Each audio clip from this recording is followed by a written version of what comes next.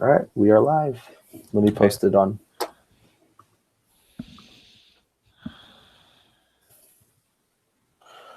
Golden Blogs. Is it set up like last time where if either one of us talks, it'll just show our face?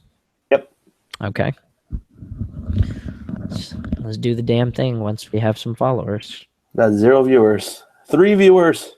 3 All right. viewers. We are rising. 4 viewers. Gotta do my hair. Rob, nobody's here to look at your hair. I know, but just to be safe. You never Oh know. my god. This is the look, I just wear a hat. You wear a hat, there's no problems. Yeah, this is the difference between live viewers and just having it up on YouTube. You never know who could be watching. Oh my god. Mike Will is watching this. Who knows, Nam? Maybe the love of your life is going to watch this sometime this week and be like, I want to contact that man. Well, she would know where to find me, wouldn't she? You're very easily findable. I'm very easily findable. Many of my students like to mention doing things from my Twitter feed, but a few of them are like, I can't follow you. You tweet too much. I'm like, I don't care. I tweet in between breaks, basically. Like, so during the 5 minutes of passing period, if there's something urgent, and the last few days have been, I'm usually checking my phone during the 5 minute passing period. No, I mean, not what I mean is. Wait, so let's see. Generation-wise, they wouldn't be considered millennials, right? They'd be. I don't know. They're whatever's after us, but I'm teaching 16 and 17-year-olds, and I'm 25, so. And yet they're saying you tweet too much. I'm not there for them. I'm there for me. I'm tweeting for me. It's my way of like micro writing. All right. Anyway, are we ready to start? We got about 12 viewers. We have 12 viewers. That's plenty. Yeah, I think we were aiming for the number of 20 before we actually got started on our thing. What if we don't get 20 viewers though? We're at 14. I think we can at least get to 15. Yeah. I mean, what we got close to 80 viewers. Oh, we lost one. Oh, see, I'm telling you, like, we should just get started. Oh, we lost another one. All right, let's just get started. We're losing people. Yeah, see.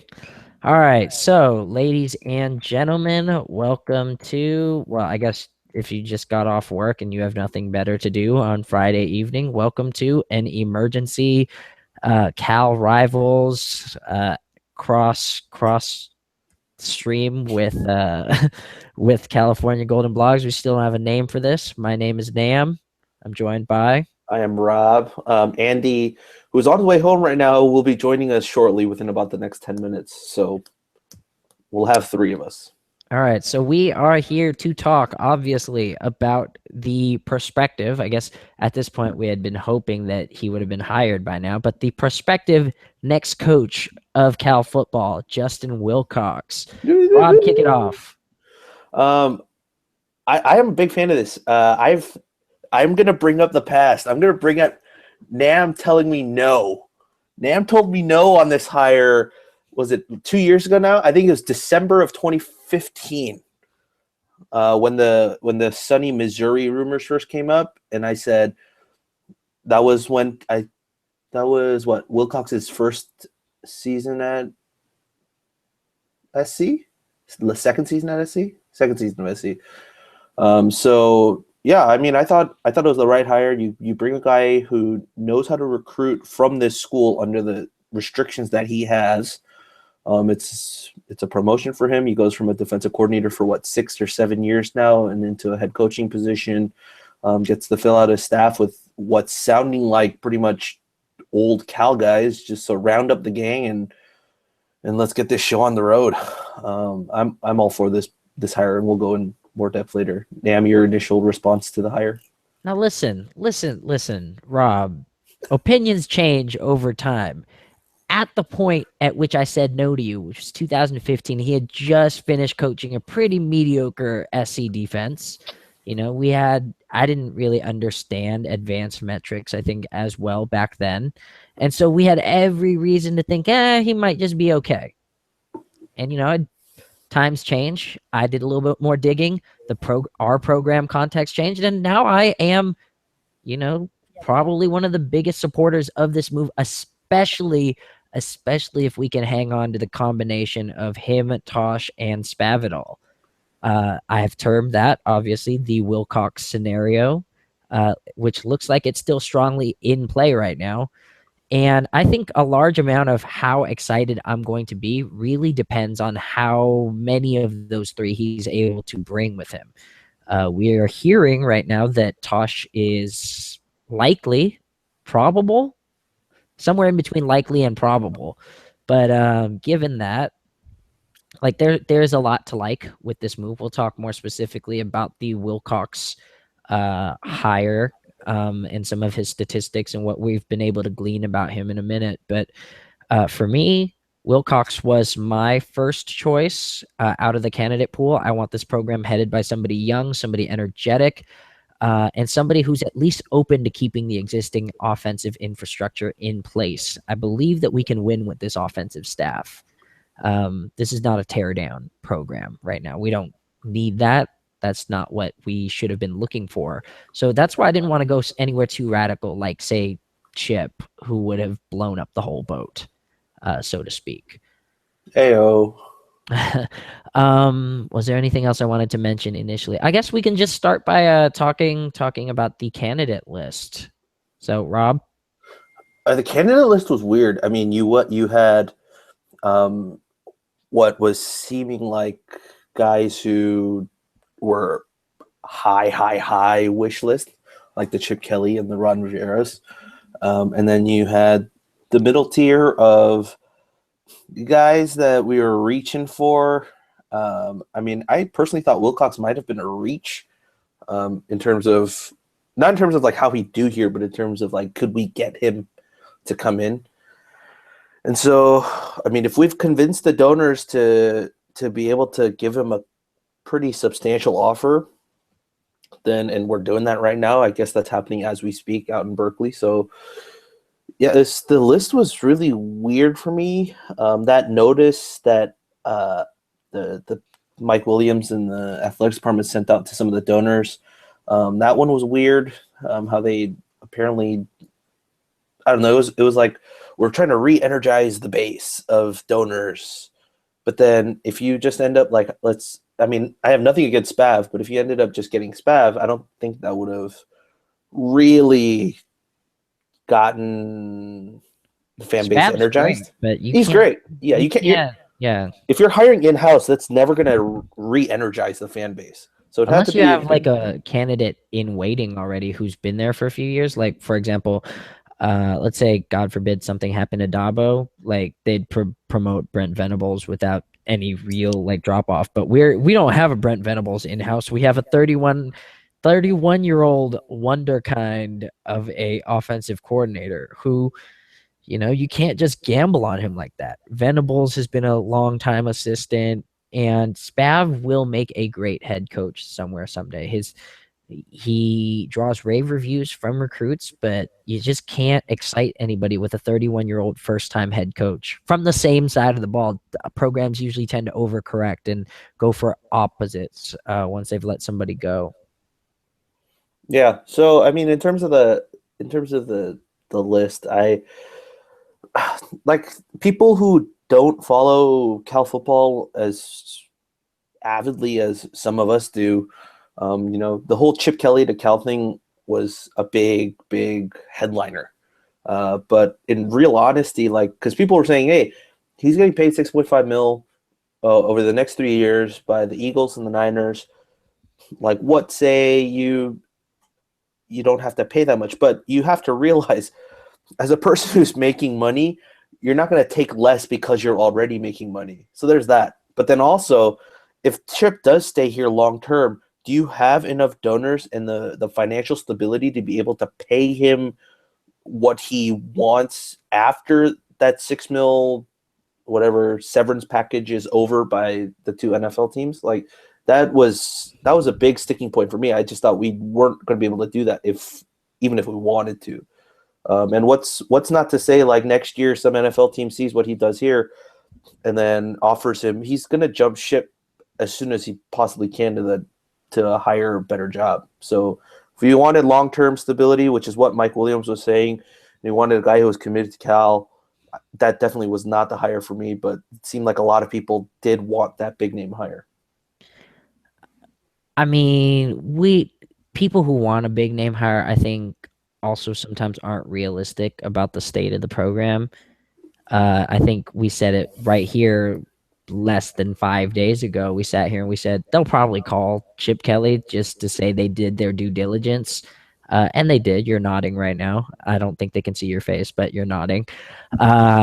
They called Ron Rivera, same thing. It's you have to at least inquire because you make those kinds of moves to show your fan base that you're at least dedicated and making the attempt. I But mean, Wilcox, yeah, yes. the big thing is you just can't assume, right? You can't. It's just in any personal relationship with any other human being. You can't assume that the other person is going to automatically say no. So might as well make a phone call. I mean, if you get rejected as soon as he picks up the phone call, then there's nothing you can do about that. But And it makes you look good. It sends the message that okay, we did our best. Like we went and we looked for the best names available. But it's fine. It's totally cool. I have no problems with not having Chip Kelly.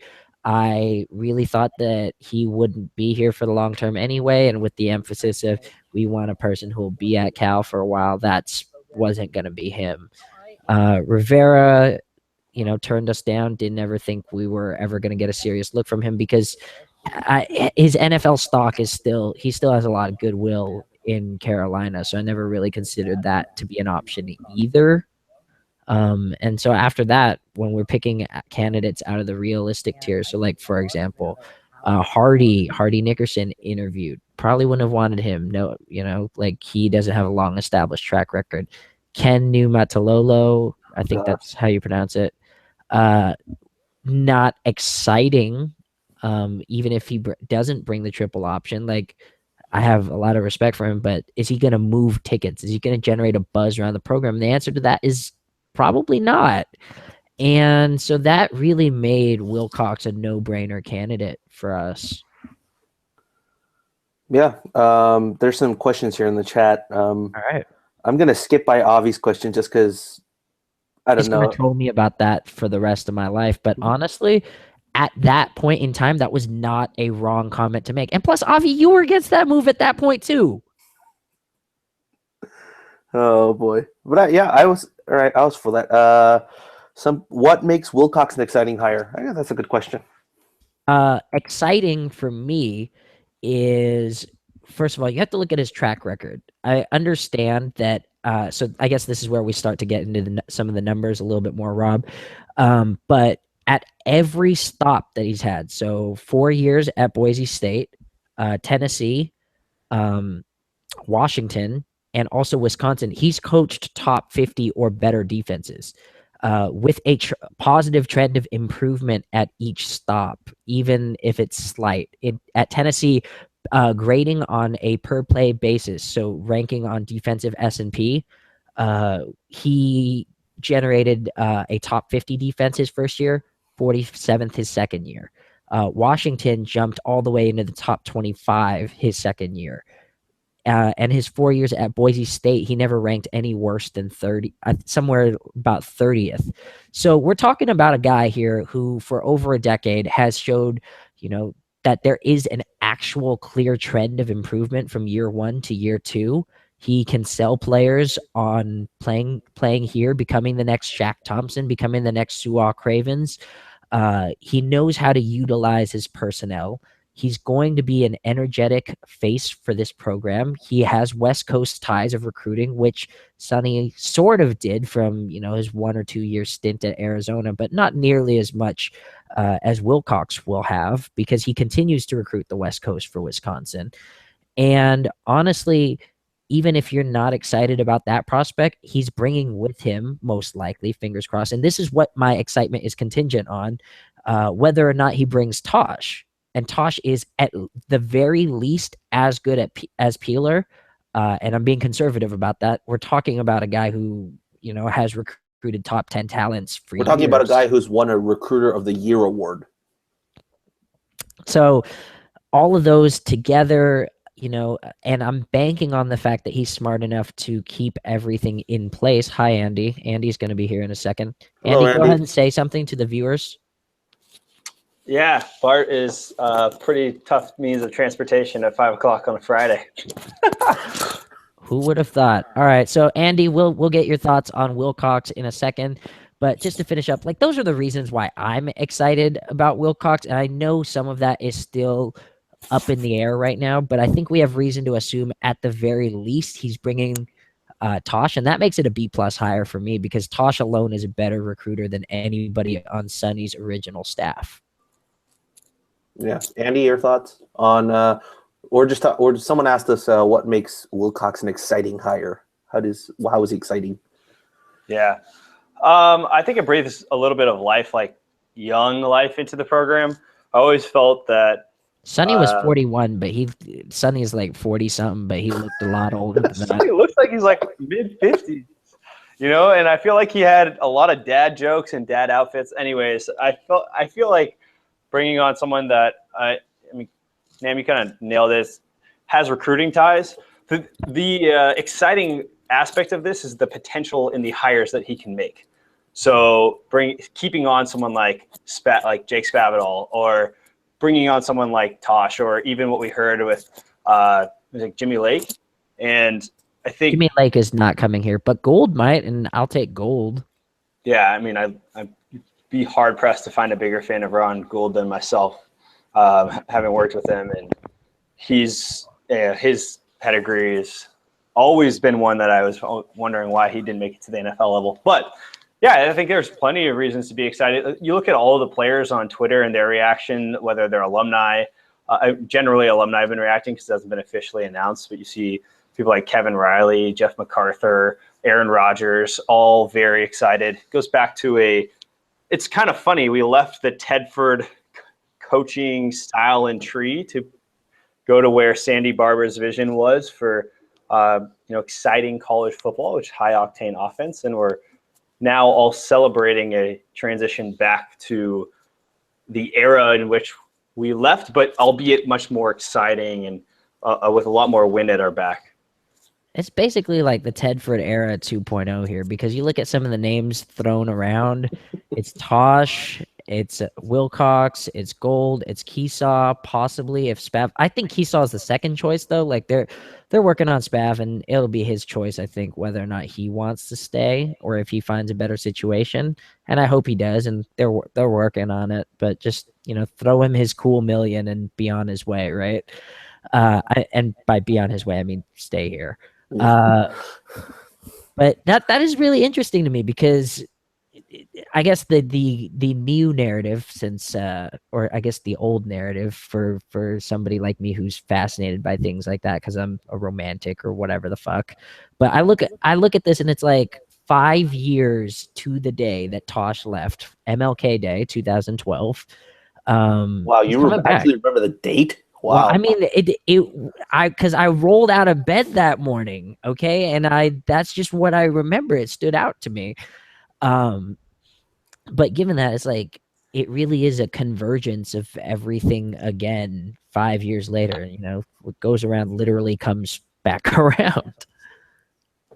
Yeah, I mean, it's really fascinating to see, as just like you pointed out. It's like I imagine. Was it like a year ago? No, I think Andy and I were talking about this. We're just about a year ago when SC hired Helton as their actual real coach. We were like, man, they gotta move away from the Pete Carroll tree. But then look at this season; it's worked out. I'm not bad. I mean, we'll see how that plays out. But staying with that worked a little bit for them. And if we're coming back here with everyone with brand new experience from wherever they went, we bring the whole gang back together. It brings a smile to a lot of the old Cal fans that remember the good days, remember at least the good parts of it. I mean, you remember the Ron Gould running backs. You're going to remember, I mean, Jeff MacArthur, of course, is a name that's been thrown out too. And Burl Toller is in the area as well. I mean, there's so many guys that were a part of that staff that you could contact back and say, hey, you guys want to come back? Let's get together. Let's do this thing. Let's run the blue and gold all over again. And for me, that just It excites me. And I saw a tweet today from I believe it was Evan Rambo, who was talking about how, NFL players, Cal has so many NFL alumni, and yet we need to get them back here because they could probably help out the team a lot. And I looked at that and I said, if this coaching staff that we're hiring plays out exactly like we think it is, I mean, yeah, that's definitely in play. Ron Gould with all the running backs, and Tosh with probably all the defensive guys, and Wilcox with probably some of the defensive guys as well. And this brings a smile to my face that of the possibilities. The possibilities are endless right now. At least for me. I'm ecstatic. I mean, I think we'd probably feel excited regardless, just because Sonny's not here. It was going to be really, really hard to get excited for the next season with Sonny around, knowing that he's probably, going to get fired or let go or leave again. It was like, I don't think I'd ever looked forward less to football season than the potential of Sonny Dykes' 2017 year. So we were going to be happy and ecstatic and hyped up regardless.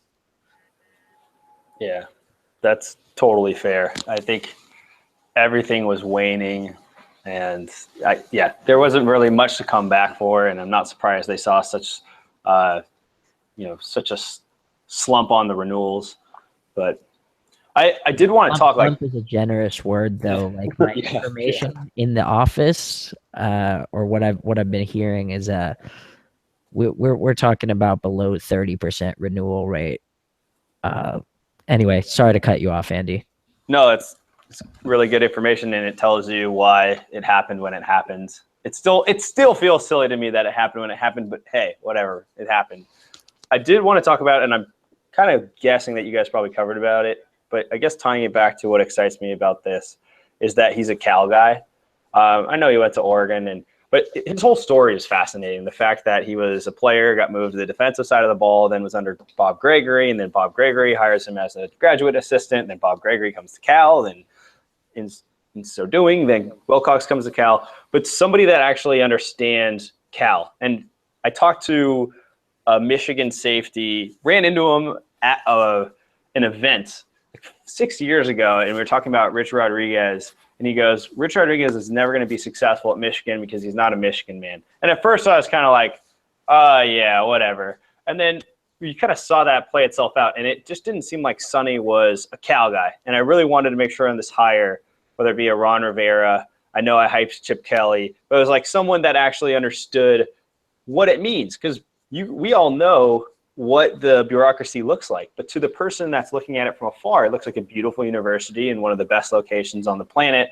But it's kind of like once you get underneath and you're like, well, what is this? And I have to get this approved. And then there's all these weird things in the UC Regents, and there's task forces that cut athletics. It's a rare thing. And hippies that, sit in trees that you're trying to cut down, even though you're going to plant 36 others. So I think that having someone in there that really understands what they're getting themselves into will be a benefit to us, because there won't be as much the potential of misaligned expectations. I personally, my gut instinct is I don't place a high value on the myth of the Cal man. I mean, Jeff Tedford, not technically a Cal man.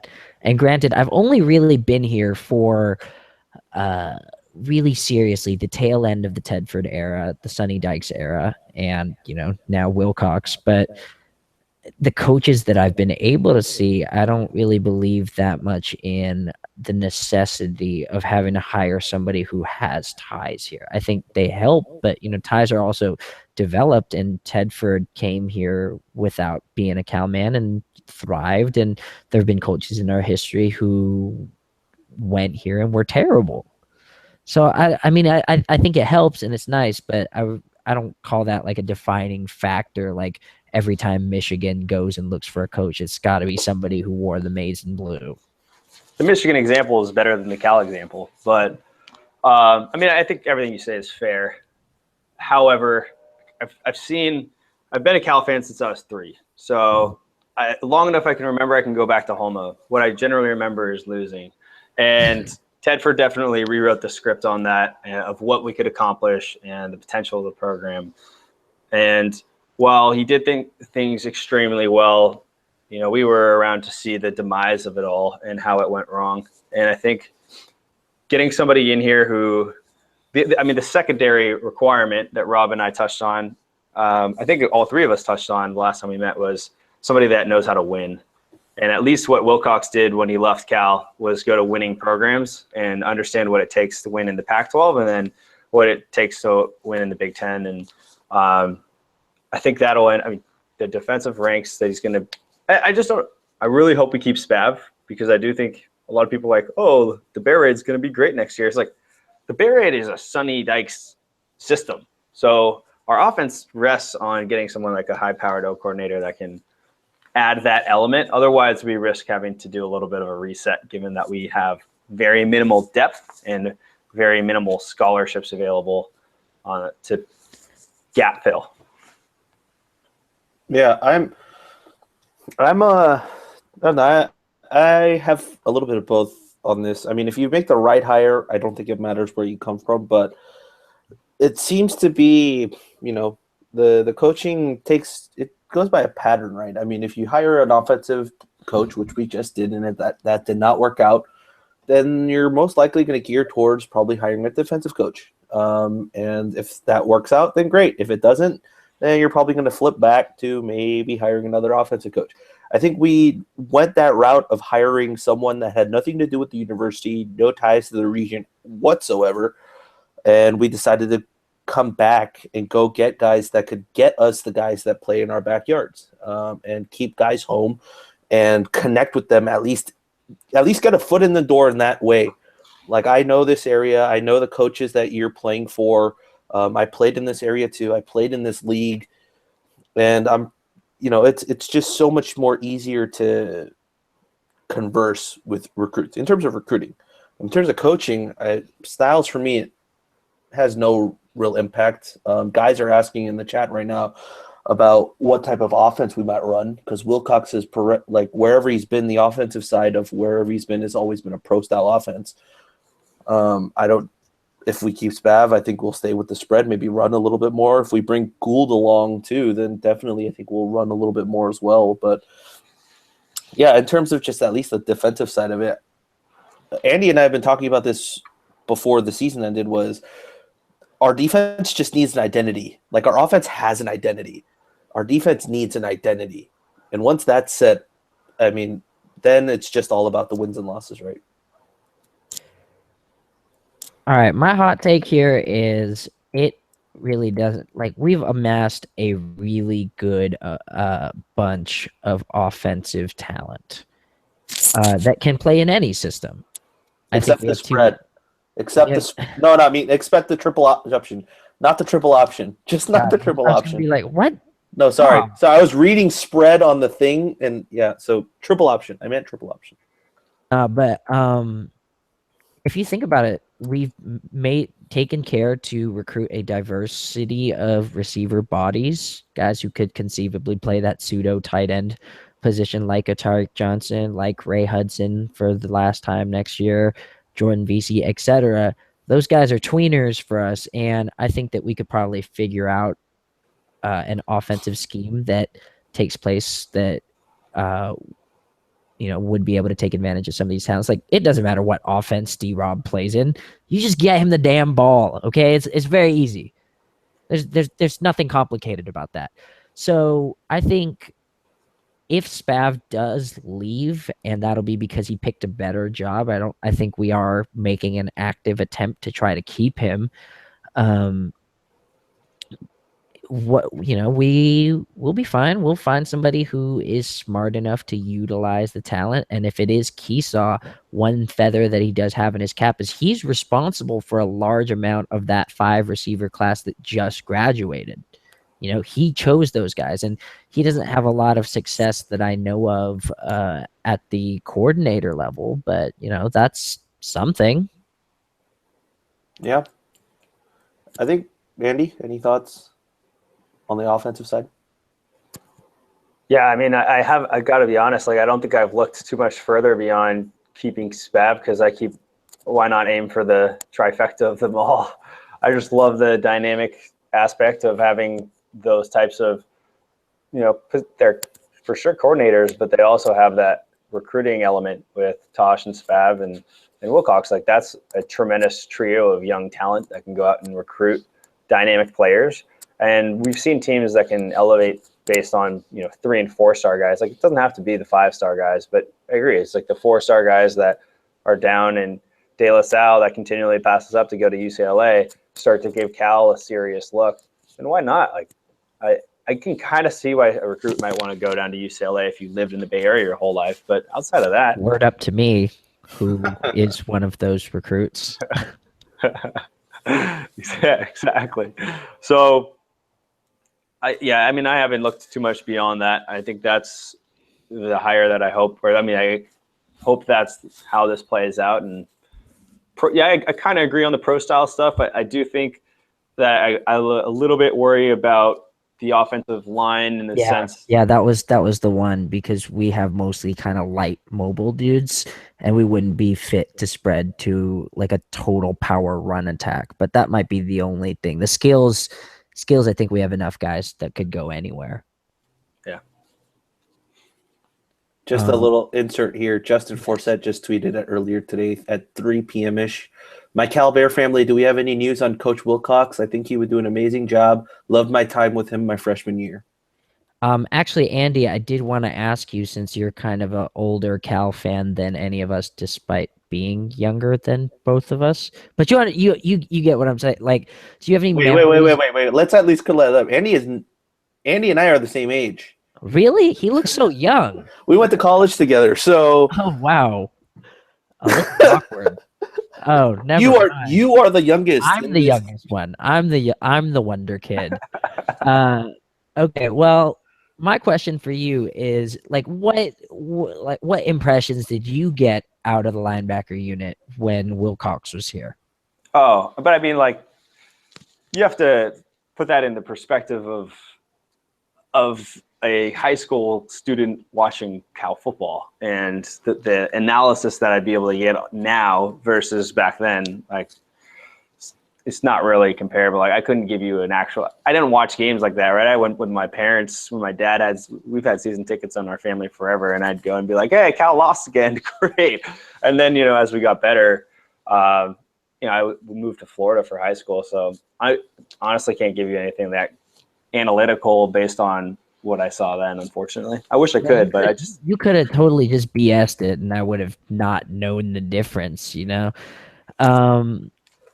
The other thing is, okay, let's say worst case scenario, since we have to assume that Oh God, nothing under the table or nothing on the table yet in regards to the other two, is like, I think I would grade this hire out at a B- if that was the case. Like, just Wilcox. Just Wilcox, I would say, that's a passable, acceptable hire. It makes sense given the context and the state of the program. I didn't expect for us to be able to hire Chip Kelly, for example. So you can't really hate it. He does have a strong pedigree. You could probably say an even stronger pedigree than Sonny Dykes, because even though Dykes had 3 years head coaching, like, all of that was in small conference stuff versus what we're seeing here. Going through their backyard right now. I would say I'd still be happy with this. It makes a lot of sense. I'm talking myself into this. Let's do it. Yeah, I think the big thing here is when the announcement of Wilcox is made, will the 2 other assistants announcements be also made together? Like, that's a key sticking point for me. Not in the sense that that's like important, but that would be nice to. Yo. Sorry. Cal Marketing, if you are listening, there's a marketing opportunity for you. You can just market them as, the trio, the triumvirate, whatever. Come up with something catchy. Like, de-emphasize. This is just a potential direction, okay? You can de-emphasize the Wilcox hire and say, hey, here are 3 guys that are young, flashy, and the future of our program. Renew your season tickets. Yeah, remember they did that whole thing with Sonny, Spav, and Davis Webb right before the Texas game. They had that like 2 minute spiel that they made on YouTube about, or was it on YouTube? Maybe it was right before the Texas game, but regardless, it was about how it's the three guys from Texas and so on. Like, do something like that. Yeah, but for me, I mean, if you can pull all three of those guys together, that's the home run. That's easily the home run. No, that's a triple because the home run would have been Peeler, right? Yeah. But what was the likelihood of him staying anyways if that were the case? I I personally thought he would go if Sonny had left for another job. I personally thought He Peeler would would have have gone. followed. He would have followed anyways. Like there was no way of us keeping him. And he went to a great job. I think the Ole Miss job is a great job. So At home. I don't yeah, fault him at all, but I had dreams. This was my Chip Kelly scenario, like for me, I had the vision in my head that we could unite all four of them, not just in terms of balance, but like the four horsemen of final in-home visit, the four horsemen of the ballpocalypse. does that Sick. take place at a B Dubs? Like Oh yeah, oh yeah. We'll just base our home base out of Buffalo Wild Wings and 5 stars galore. I don't know who that is. It's not me. I guess it's on Andy's end. And It's not me Andy, either. you guys can't see him right now, but Andy's like looking at the door, like I didn't order this pizza. Wink, wink. Yeah, Um, 100%. all right, we have a question here. Will we beat Ole Miss right now? Probably Oh. not. I forgot that Peeler's going to return rather quickly. Oh my god! Oh crap! Oh crap! Oh crap! Oh, I hadn't even thought of that either. Oh my god! No, we're not gonna beat them. He's literally going to be standing on the other side of the field. Like this is not even a joke. He's literally going to be there on the other side. This is a world record for how quickly somebody has returned. He's going to know our personnel. He's going to know which cornerbacks to attack. Oh, my God. This is terrible. I feel even worse about the chances of that game. See, I was scared enough of Shea Patterson already and some of their other talent. What was it? AJ Brown, right? AJ Brown Yeah. was the kid that we recruited and ended up spurning us. Like, come on. I'm just no. For me personally, despite who the DC hires are, for me to put a grade on this has to be the position coaches. By the way, Because hi, Mr. Cochran. We know you're watching now, so that is right. Mr. Cochran is watching this now. Yeah, so I'll case in point, Aaron Cochran just tweeted out today that he really wants Coach Jones to stay as the O-line coach, which I'm 100% for as well. I just want to be on the record for that because what he has done with the offensive line over 2 years, outstanding. You can't ask for more. And so that's the position coaches, right? I mean, most likely what will be open, linebackers coach, D-line coach, running back coach, wide receiver coach, of course. and somebody who coaches special teams. Don't forget that. Yes, special teams coordinator, and also I would assume that we would consolidate the DBs at this point. I don't see why we would not consolidate. So that's 6 positions that he needs to fill out. So yeah, I think that's where the key parts come in. Is who are we going to fill out on that defensive staff at those position coaches? And I know Spav is probably going to, if he ends up staying, he's going to work his connections and get the best guys that he wants at those He positions. could just so. keep the current staff in place, and that would be great. Honestly, I am so impressed with Coach Jones, and I mean, like he's done great work, especially with Aaron Cochran. I was skeptical. I think that he was going to play as much as he did, and he's been really good for us the last 2 years. So, and that coincides with Brandon Jones. And yes, the sack numbers are a little bit juiced because of the way we run the offense. But still, like just in terms of quality, in terms of Davis Webb needing to run for his life or taking shots, didn't really face that many. So the offensive line, if we could find a way to retain Jones, would be really, really nice. But too much is up in the air. I wish I had hoped that when we were recording this podcast, we would know the fate of at least one coordinator.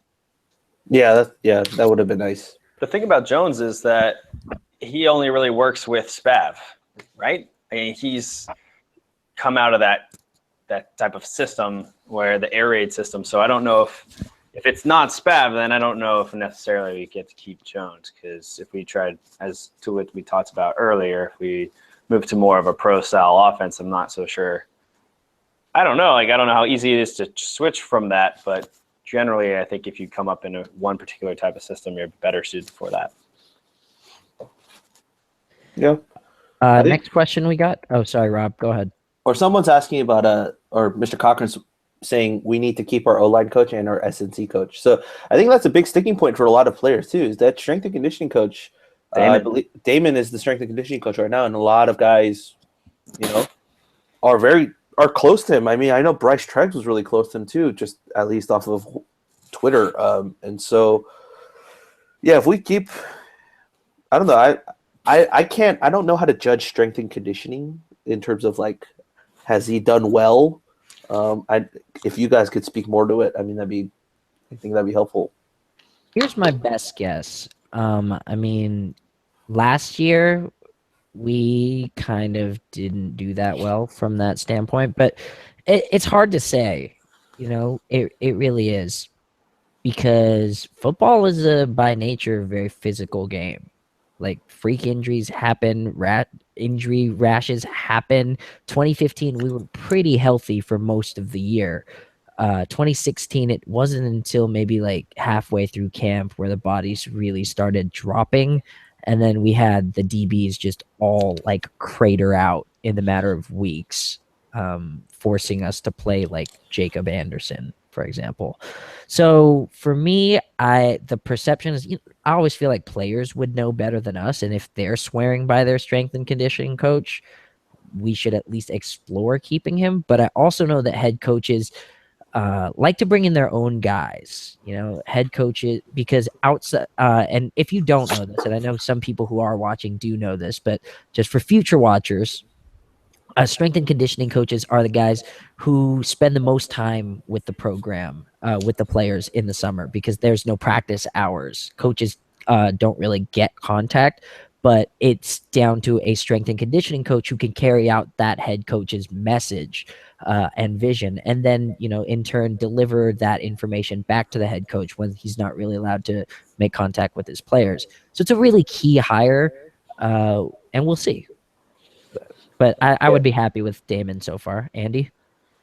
I'm always skeptical of selecting coaches just based on like player perception. I expect the players to like the coach. But I also understand, like, if you look at what's going on with Oregon, it very well could be that Wilcox comes in and says, I want to clean house top to bottom and bring in all of my guys or gals or whoever it is, and bring in the people that, Bill Walsh was the fan of getting like his type of people so he could run it his way. So if that's the way it is, then so be it. If not, like, from what I've seen of Coach Damon and the players' responses, yeah, it's great. But I can't casually observe and say that, like Ivan Rabb, we got to see how much bigger he got in the span of 6 weeks right after he signed versus when we saw that photo come up. But it's like a lot. Yeah, we see these guys in the weight room. We kind of see those videos. Like, we saw Lasco's progression. Lasco's progression was pretty ridiculous. So maybe we look at that and say that was due to it. But I'm not sure I'd be the best judge of talent on this strength and conditioning coach. All right, we got some more questions here. What offensive coordinator candidates do you have if Spav walks? Ooh, this one's. I mean, do you have any thoughts? I don't have anybody in mind. I'm just gonna trust that he hires somebody competent. And what I mean by that specifically is, I'm not one of these guys who sits there and is like, oh, he'd make a good coach for it. Like, that's not my job to worry about it. I do my research afterwards and I'll form an opinion. But I guess who I'm looking for is because I hear the rumors that we're going to get a much bigger offensive and defensive staff, like, pool for salary. Hire somebody with upside. Hire somebody who, not only has recruiting chops in this region and nationally, but has a good track record. These seem like standard things to say, but I guess that's also my way of being like, make the right hire. Don't hire Andy Boo, Andy? Well, we've seen what can happen. I don't have anyone in mind, but we can see what can happen if you just cycle through offensive coordinators, whether it be the Baltimore Ravens or you see what Jim Mora's done at UCLA, and the importance of making the right hire and somebody that can stick around and not have this constant shift. I mean, Alex Smith talked about it when he was with the Niners of how he had a different offensive system every single year, and there's no consistency with it. I'm fully with Nam. I haven't looked beyond it because I'm expecting us to retain Spav. At the same time, if we did have to go that route, I want it to be like we have to be very cautious of all of our hires as we've seen the impact that these types of guaranteed contracts can have in regards to their limitations on the rest of the football program. There's a couple of other ones. There's more, and about the defense too. If we don't end up getting Tosh, anybody defensively that comes to mind? I know the big name that everyone's talking about, Jimmy Lake, of course, is the big.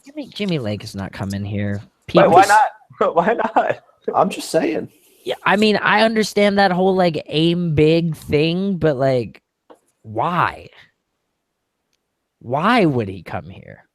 Well, from co-DC to like having that full responsibility of actually being defensive coordinator, right? So he's co-defensive coordinator right now. So like at least from a positional standpoint, it's an upgrade. And then you're still in the Pac-12, so like pretty solid school. And I'm assuming that there'd be a pay raise involved. So it's not out of the realm just because. Like, yeah, I get it. Like, he's with an awesome program, but maybe he wants to kind of like implement more rather than right now where he's a little bit more limited. Yeah. Personally, for me, at least the defensive side of it, I'm on the same boat with Nam about the offensive coaches too. Like, it's the same on the defensive side. Just make the right hire. Like, don't put us in another like $6 million debt hole where we have to pay off a contract over like the span of 3 to 4 years. Like, just make the first right hire the first time. Bobby, it's just not. It's not one of those. It's actually a very challenging thing, and we make it seem like it's so easy. Just hire the right person. I'm making it sound so easy. That's our way of also being like, we don't know. That's not our job. We have much stronger opinions on who the head coach should be, but like you expect that if you're hiring a head coach, he has a plan for his assistants.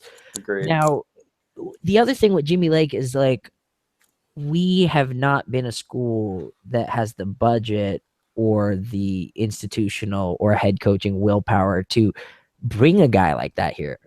We can throw out these names like Lincoln Riley or Dave Aranda. I heard like way too many Dave Aranda suggestions for head coach. I'm like, really? He just signed for 1.1 million with LSU or 1.6 even, something like that. Something crazy. Highest coordinator pay in the land. Like, he's going to come here now. All right. So he makes a base salary of $440K right now. And I believe Art Kaufman was up in the 550 range. Yeah. Yeah, we could afford it. We could afford it, but still. It's like it's not Aranda, but I for that, like, that one looked more reasonable to me than others. Like, forgive me, like I am your classic Cal optimist, so I will be that one that gets on the hype train of the person that. I mean, Rob and I were talking about Charlie Strong for a very long time, way longer than anyone should have been talking about Charlie Strong, but it was fun. However, I don't think Jimmy Lake is someone that I saw, like, this is also something that other people, like analysts, are saying is a possibility too, which always, makes me happy. Yeah. Oh my God. There's in the chat, Bob Gregory for Cal DC, Chip Kelly for Cal OC. We also have some questions on Twitter. I want to take this one real quick. Go for Jojo asked, shout out to Jojo, the eternal optimist. Actually, brother. My friend Jojo here was still not ready to give up on Sonny Dykes after this year. Jojo, I'm gonna have to heckle you for that at one of the games that I see you at next year. Anyway, Wilcox has been known to run base 3-4. He'll play around with it depending on what personnel he has available. And so he asks, "Do we have the talent that can play 3 linemen and 4 linebackers?" And I said, "We didn't even have the talent to play 3 linebackers last year." And we are bringing in 1 JUCO linebacker, but still, we don't have a 3-4 lineup. We have no big nose tackle, and that's the biggest problem in making that transition. It will be 2 years before we see this roster really have a dramatic makeover. Yeah, I mean, if I remember correctly, there were a couple games where Andy and I were in the box. I was looking through the depth chart. I believe we suited 6 linebackers for one of those games. You 6 linebackers in a 3-4, rotated 2 guys. Like how how do you play either one with only 6 linebackers? Like it's impossible in terms of just having fresh bodies. God forbid one of them gets injured in the middle of the game, then you're down to 5. I think that's the big headache if Wilcox comes in and whoever comes in as the defensive coordinator, at least for this year, and the fact that like in terms of recruiting, we haven't recruited linebackers in forever. How are you going to alleviate that going into the next 2-ish years? I mean, you bite the bullet. I mean, I've read various articles that have described Wilcox as not scheme bound. So maybe he toys around with what he has available while he's working on bringing one of those big star linemen. I think that's going to be one of the biggest things. And some other articles that Avi and I have discussed and read through, and it really looks like he places a high value on players winning their individual matchups. Breaking news, everyone. Bruce Feldman just tweeted out, Jake Spavital will become the new offensive coordinator at West Virginia. Ah, fuck. Wow. So there we have it. Wow. We have breaking news while we're on the air. Oh, wow. That is... Wow. Wow. I guess they'll see a really genuine fuck out of me later. Okay, so we are not getting a full Wilcox scenario as expected. With that being said, hopefully it's not Keesaw. We'll see. This probably changes a lot for the upside of the program. It's not something we can't recover from, but that does lower the ceiling of this hire to the B to B plus range if Tosh is still on the way.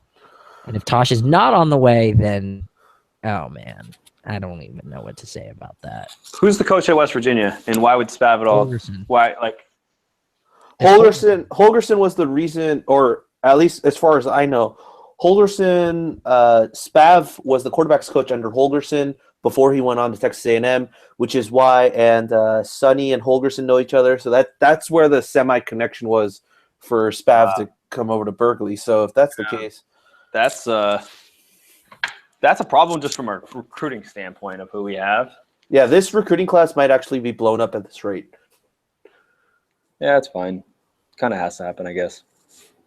It's a small class. I mean, there are some pieces, but as somebody who, has watched most of these guys and has to write about them, there's nobody in this class that's like a program difference maker in year one.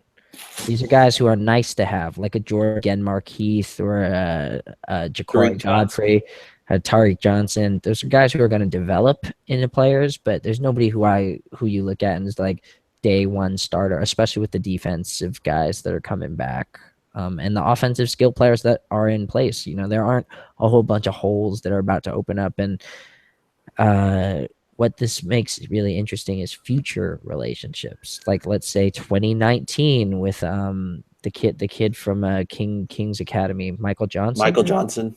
Michael Johnson, future 5-star. Like, Spav was working on him, and maybe Tosh is able to pick up those pieces and keep him interested in the school. But not having him in the picture, that is really rough. That does certainly dampen the outlook. Got to believe that this cements the Wilcox hire as probably being in place, albeit for a bureaucracy, because otherwise there's no way we would have let Spav walk at all. No chance, right? He was our head coach in waiting. Yeah. So it would be a catastrophe type scenario if this fell apart. Oh God. At the last minute, Wilcox's deal falls through. He stays at Wisconsin, and we're still looking for a head coach. No. Yeah. All right. So let me ask you a question this way then. Nam, you just tweeted out that if we get the last two guys, if we get Wilcox and we get Taj, that's like a B to B plus hire. What makes it an A plus hire? Does that depend on who we hire as the offense coordinator? Like the ceiling, the way that I would look at this is B to B plus, unless he pulls a rabbit out of a hat and has like some more ace recruiters up his sleeve. I can't see myself being like as excited as I would have been if we had retained Spav. All right, but we tried. I really think we tried. And he wanted to go somewhere else where there was already an air raid system and an air raid coach probably in place. So, best of luck to him. I never really felt like he was going to be in Berkeley for very long. I think I said this when we hired him, is like he was going to be a dude who was just rebuilding his resume here. Yeah. Well, we just retweeted Bruce Feldman's tweet about Jake Spavital on the CGB Twitter handle, and Vic and Wary just retweeted it as well. So, all right, you guys, we are approaching the hour mark. I don't really know what else we wanted to cover. Is there anything you guys wanted to make sure that we hit? Not that I can think of. I mean, I would say special teams, but I don't know any special teams coaches in order for us and to the have only thing I'm looking for a special teams coach is that we have a decent return game. We have the worst punt return game, statistically speaking, in the nation the last 3 years. That's we're even returning the ball at all. I want the threat of field position for once. That's all I'm looking for. We had the worst field every game. Oh my gosh. It's amazing because I remember watching Marshawn when he was a freshman return kicks, and we have just been, every bit of the excitement of the kickoff has been, it's almost like they took the kickoff away. It's really disappointing. Here's the last thing I want to make sure that our viewers hear then before we kind of close it out for the night. This class was small. We didn't have a lot of scholarships available. So maybe if we want to spin this and look at it at glass half full, is that the guys who are leaving, again, this wasn't a highly rated class in the first place. This is a pieces class. If it is being blown up, you want to factor in that, we're ranked in the 40s and 50s. Like, what's being blown up isn't something that needed desperately to be salvaged. Gives us the chance to put some of our own pieces in there and maybe accelerate the transition to what Wilcox wants in terms of edge rushers up front and all of that good stuff. It's not the end of the world necessarily. Yeah, I think there could be positives from this. I mean, if Trace wrote a great article on the Rivals website with in terms of scholarships and how many are available and position by position breakdown, and it seemed like this was actually a really small class. So if guys end up decommitting, which I'm not saying they will, but if they do, that gives the Wilcox new administration to go out and get guys that they can put in as the freshmen. Not necessarily play, but just get that base level of types of guys that they want in this program, and they can start slowly build from there. Otherwise, I mean, if all of these guys stay, which I'm all for too, then you give a little asterisk in terms of recruiting for Wilcox and co. Just because this wasn't a class that they technically brought in. But if they're able to if guys decommit and they use those scholarships and guys they want, then I think that just maybe accelerates the process a little bit. Like what's to stop them from getting a nose tackle that they might want to use? There's probably nobody left on the market who could make a difference right away. There's no 4-star like nose tackle that Cal is in it with or anything like that. And if they could manage to snag one, great. But maybe we just start recruiting for future depth, like just getting some noses, some of those bigger DEs, outside linebackers who can play in space, all of that, all the things that that a 3-4 base is going to need. That might be something that's positive. Just let them redshirt this year. Potential difference makers, because we're going to have guys leaving the defense next year anyway. Andy, thoughts? I agree with that entirely. Take the Cubs approach. Look at the long term. I would, as a Cal season ticket holder, say, well, we'll easily sacrifice 1 year. Hopefully we get that win that we always wanted out of Dykes, which was the upset win that you kind of look for that first year of a program that says, hey, this thing's moving the right direction, but it's not there yet. And then focus on the future, focus on 2018, bring in that first class that's really going to be – I'm not saying like throw the 111 card out there. I think we can be competitive and we have a lot of talent. At the same time, I think that if you take a more long-term approach to this, we've been shot in the foot by a lot of those players. And Nam, you brought this up, so I want to give credit to you with this point, but we've been shot in the foot by these players, or maybe like you and Trace brought this up, where they've come on and been projects and never materialized. I thought like, I won't call anyone else out, but I know the players in mind that we brought on, and we're in a position that we are partly due to that. So I am very much in favor of taking the additional time, sacrificing maybe a win here or there, or our competitiveness next year to launch 2018 real shot at competing at the top level of our conference. I'm going to feel like reasonably win prediction. I think we should make a bowl. There's still enough talent to make a bowl. If we get an average offensive coordinator, even getting an average defense means that we should, close that gap there. And I say reasonable expectation, bowl. Yeah, I mean, I know someone. I read something about how many games we would next year and so on, and they were like, oh, we can. They said some number, and I was looking at the schedule, and I was like, yeah, but Texas and San Diego State isn't necessarily Ole Miss and UNC. UNC is a pretty dang good team. Granted, they just lost their starting quarterback, which is probably going to be a first-round quarterback, and they lost their running back as well. But that team has been pretty solid throughout. And then, of course, Ole Miss is Ole Miss. We're playing an SEC team, for crying out loud. So pray to God that goes well. Granted, it is at home. Yeah, the season's going to start off strong for us. It's going to start out pretty rough. I believe our first game is at UNC, right? If I know correctly. Mm-hmm. Yeah, it's going to start off very rough for us. So, I mean, I'm sad that. Yeah, we got to win one of those two games, though. We got to win one. One out of those two games would send a major message. If we can split non-conference, I'm adding that to my season goals.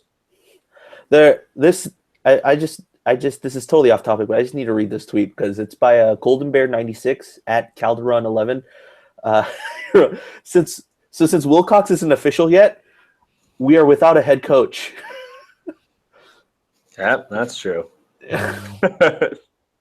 So typical. Nam, it's can I put out the reset the clock gif? Oh yes, you can. You can put out the reset the clock gif. Yes. Reset the clock, people. Usually it's 2 months before we get a disaster. This one was like less than 24 hours, but could be anticipated. We're hopeful. And it is what it is. All right, you guys have anything else you want to put out there? I'm gonna sign off and go play Overwatch. Yeah, Peter brought up that the last time we didn't have a head coach, we flipped a Notre Dame recruit. So maybe it's a pretty good strategy. Hey, there you, well, technically we did have we did have Spav was technically the interim. Fav was the technical interim right there. So Lame.